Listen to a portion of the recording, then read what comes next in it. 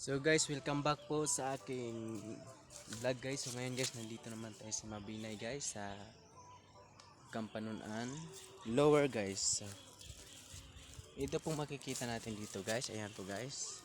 Ayang nasa likod ko guys ay mga kahoy po yan guys na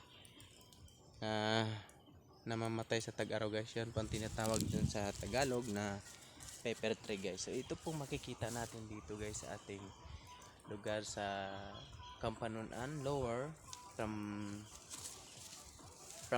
lungsod Mabinay, from Mabinay lungsod pa naman yung Mabinay guys. So guys, hindi pa city yung Mabinay guys.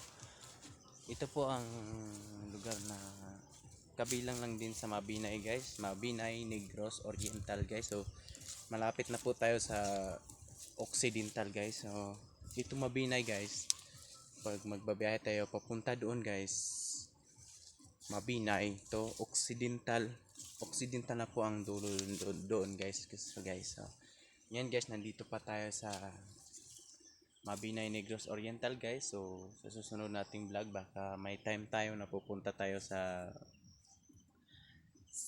Negros Occidental guys. So ito po makikita natin dito guys, yan po guys. So may bahay din kami dito guys, kaso lang guys, nasira po sa bagyong Udit guys. So kaya nagkaganyan guys. So pero yan pa rin ang pinupuntahan